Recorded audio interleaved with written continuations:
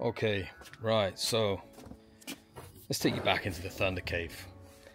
Things are very, very different here now. Let me just change the angle of that a little bit. So as you can see, I have moved the workshop area from there. I've moved it to the back. And look at this. All the space here for activities. There's enough room for another motorcycle in here. And over here, we've got a completely new setup because this is a bit of a YouTube setup, I suppose. So I've got a video light up there. I've got a screen there so I can see what's actually going on when I'm filming from this camera.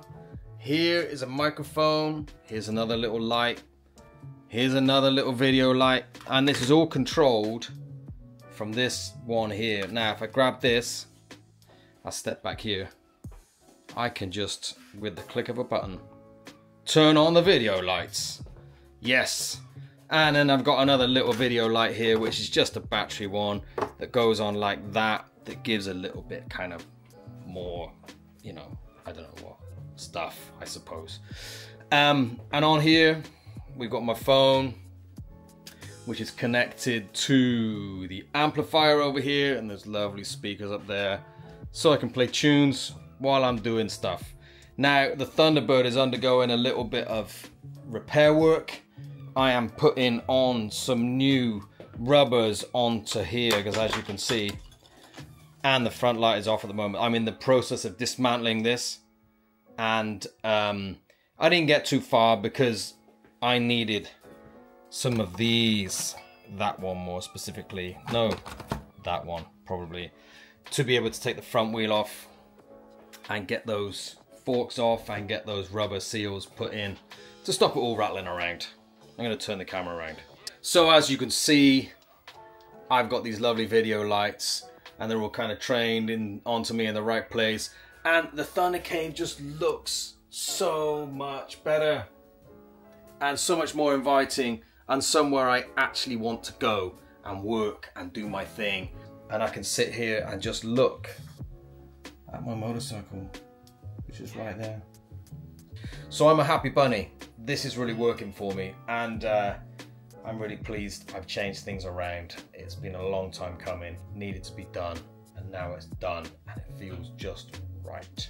So anyway, enough of that. I am going to give you a little walkthrough of what I'm doing with the bike now and probably try and get that front wheel off just for fun and games. I've just got this lovely little box of tools here. It's this hex set, which is just brilliant. I am gonna go ahead and start getting this front wheel off. Oh, that was the wrong one. Maybe it's that one. It is that one. I'm no mechanic, but I will have a go at just about everything I can, just because it's fun and games. Let me change the angle of that a little bit. Removing the front wheel, I suppose, should be fairly straightforward. So you can use the wingman of the road for many things. One of them is propping up the front of your bike when you got to do some work on the forks. Nice one. So I got the front forks off. That was fairly straightforward, but these bits of just rubbish that fell out, that's the old gasket at the top and the bottom of the headlamp holder here. So that's what this is all about, is replacing those. But yeah, the bike kind of looks funny with that front on, doesn't it? But yeah, so this is a fairly straightforward and easy fix, to be fair. Shouldn't take too long. And I can straighten up the forks a little bit as well, or get them back to being perfect as they should be after bending them in Belgium. And I'll just change those gaskets and put it all back together again. So some of the old like residue from the old seals there that have completely broken down and kind of melted itself onto the fork. So it wasn't too bad. I've got the other one back on there. You see that these seals, they sit really tight. And that's gonna keep that nice and solid. That's been rattling for ages. I noticed it rattling on the way down to Turkey actually, on the way back, rattling like mad. So yeah, I'm just gonna clean up that fork and get that back on there.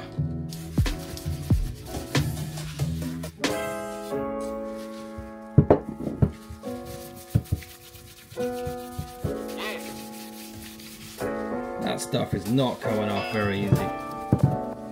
Nasty. Oh, there we go. We're getting somewhere. We're getting somewhere.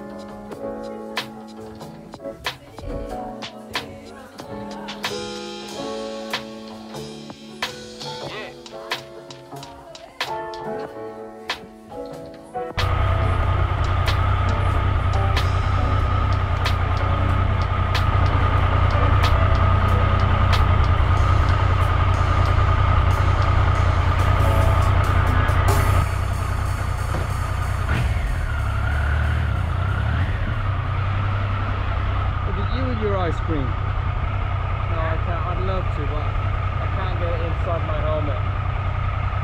No, let's not do that. I'm going for a spin. See you in a bit.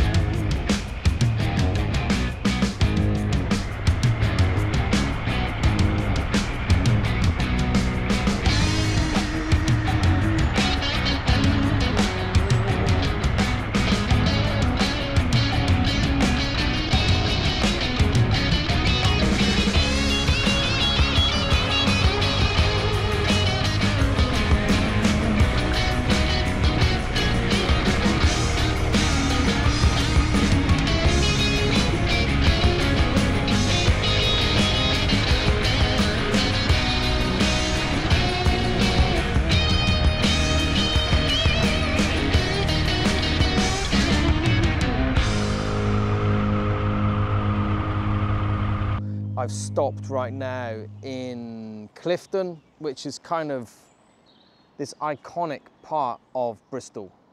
Also the most expensive part of Bristol. It's a wealthy area, that's for sure. So I fit in well with the Thunderbird. I'm pleased to say I've got a few pounds in my wallet right now. And the other good thing is the weather is getting better all the time, so I can get out and ride a bit more. And we're coming towards the end of the project in Weston as well. I've got a friend who's an awesome plasterer who is doing a load of plastering down there because my plastering skills are just terrible. So he's cracking on with that and doing an absolutely brilliant job. So cheers, Cole. Appreciate you, mate. Really appreciate that. And I can't quite work out how he can plaster walls and ceilings so quickly. It baffles me. I'm going to be 50 next year. Can you believe that? I'm going to be 50 years old next year. And it strikes me that at this kind of age, a lot of people call it midlife, don't they? I suppose I feel like I've been in a bit of a midlife crisis for a heck of a long time. And much of what like a lot of my thinking is around how to live my best life. Not in a selfish sense. Actually, when I say live my best life, I'm also thinking about how can I live my best life for my family, my wife, my friends, everybody around me. And also for myself, how can I get the most out of this? And I guess, you know, some guys get to this midlife stage and they're all over the place. I meet lots of guys that are all over the place. They're wanting to redo their kind of teenage years. They want to go back to their 20s and live like they've got no responsibilities at all. And that never really works out that well, to be honest. It usually goes really, really bad. And I think that the temptation to do that is really high when you hit the midlife thing, because lots of things change, don't they? Like, I got 3 sons. They don't really need me anymore, to be fair. You know, it's obviously helpful to have me as a dad. You know, there's no doubt about that. But if I wasn't here anymore, they would do just fine.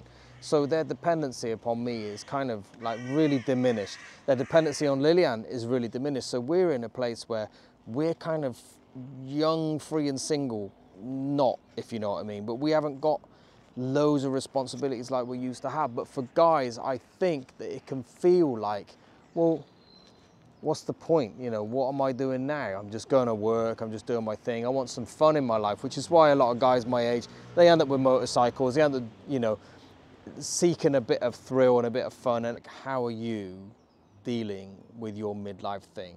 Like, that's a genuine question. I'm genuinely asking you right now, how are you dealing with your midlife thing?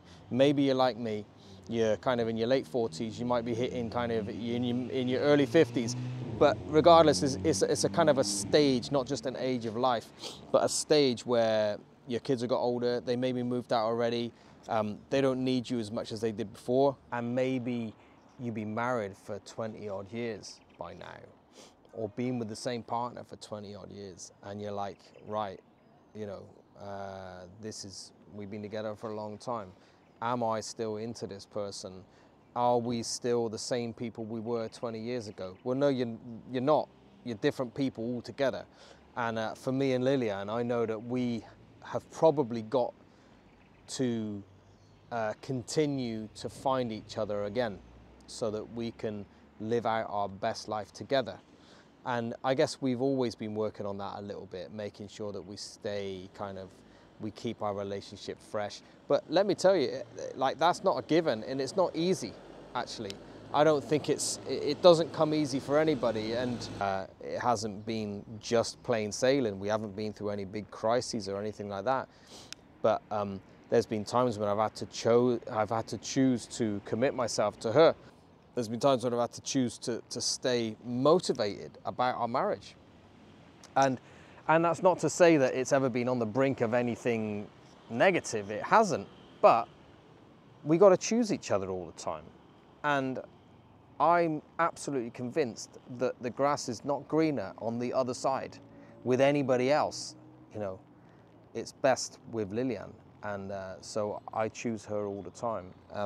And I'm going to continue to choose her all the time. But yeah, I guess the question is out there, guys.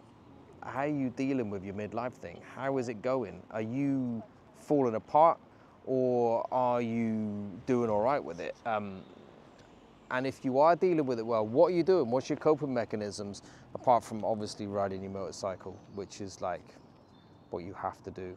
You've got no choice. But how are you dealing with it? I'd love to hear in the comments below. But right now, from here on, I'm gonna have a little blast around in Bristol. Really pleased that the motorcycle is doing well, and it's not, you know, the front forks haven't fallen off. They've been well and truly fixed. And I did enjoy doing that little repair as well. So yeah, marvelous. That went a bit deep, don't know. Maybe I won't even put that on YouTube, but I feel like, in a way,